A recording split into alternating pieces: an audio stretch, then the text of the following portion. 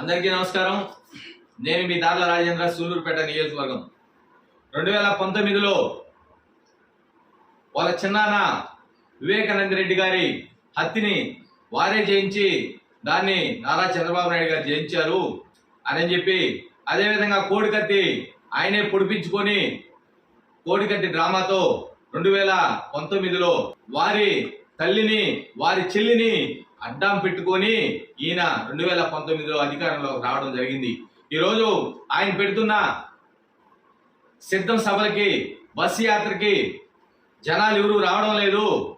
మనల్ని 2024లో ఇంటికి పంపించేస్తారు.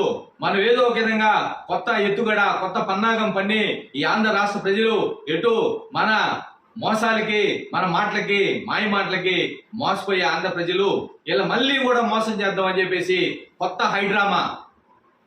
ఆయన విజయవాడ బస్సు యాత్రలో పోతుంటే రాయితో కుట్టారని చెప్పేసి ఈరోజు రాష్ట్రంలో ఉన్న ప్రజల్ని అమాయకులు చేసే విధంగా ఈ చంద్రబాబు నాయుడు గారు చేయించారు, పవన్ కళ్యాణ్ గారు చేయించారని చెప్పేసి ఈరోజు కొత్త హైడ్రామా తీసుకురావడం జరిగింది ఈ జగన్మోహన్ రెడ్డి.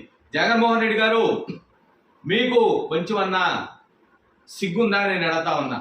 ఈ ఆంధ్ర రాష్ట్రంలో బలబలాలు నీ ప్రభుత్వంలో ఈ ఆంధ్ర రాష్ట్ర ప్రజలకి, ఈ ఆంధ్ర రాష్ట్ర యువతకి ఏం చేశావు? నువ్వు చేసే ఉంటే ఈరోజు ఈ రాయో ఓ కోడికతో ఈ హైడ్రామా దేనికి నీకు?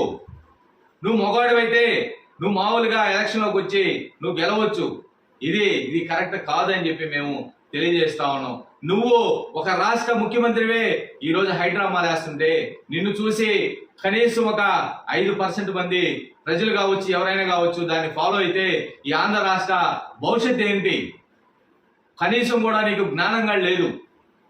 నిన్న ఇక్కడ సూలూరుపేట నియోజకవర్గంలో శాసనసభ్యుడు కిలివేటి సంజీవయ్య నిన్న ప్రెస్ మీట్ పెడతాడు. మా నాయకుడిని ఏమీ చేయలేవు, మా నాయకుడిని నువ్వు ఎదుర్కోలేక రాయితో కొట్టించావంట. ఈయన చూశాడు సంజీవయ్య, పోయి రాయితో చంద్రబాబు నాయుడు గారు కొట్టేటప్పుడు ఈయన చూశాడు. ఏమన్నా అర్థం లేని మాటలు మాట్లాడతావు సంజీవన్న? నువ్వు ఎటు తలలో కూర్చొని ఇసుకనంతా కూడా చెన్నైకో ఇంకొక రాష్ట్రాలకు తరలించేస్తున్నావు, 100 కోట్ల రూపాయలు నీ జోబీలో వేసుకుంటున్నావు.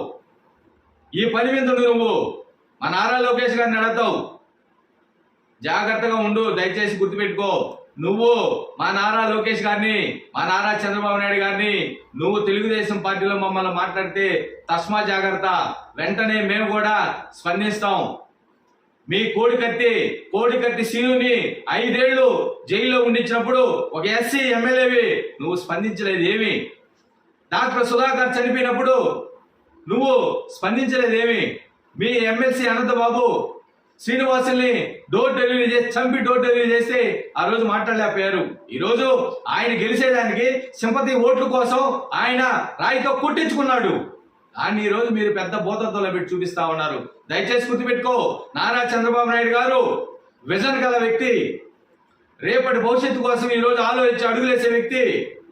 అభివృద్ధి ఓ పక్క, సంక్షేమ పథకాలు ఓ పక్క సమతుల్యంగా తీసుకుపోయే వ్యక్తి నారా చంద్రబాబు నాయుడు గారిని ఈరోజు మీరు ఎలక్షన్లు వచ్చేసేయి ఏదో ఒక హైడ్రామాలు వేసి ఓట్లు వేయించుకోవాలని చెప్పేసి సిగ్గన్నా ఉందా మీకు? మీరు ఈ రాష్ట్రానికి, నువ్వు ఈ నియోజకవర్గానికి ఏం చేశారో చూపించండి బహిరంగంగా, అప్పుడు మీరు ఓట్లు అడగండి.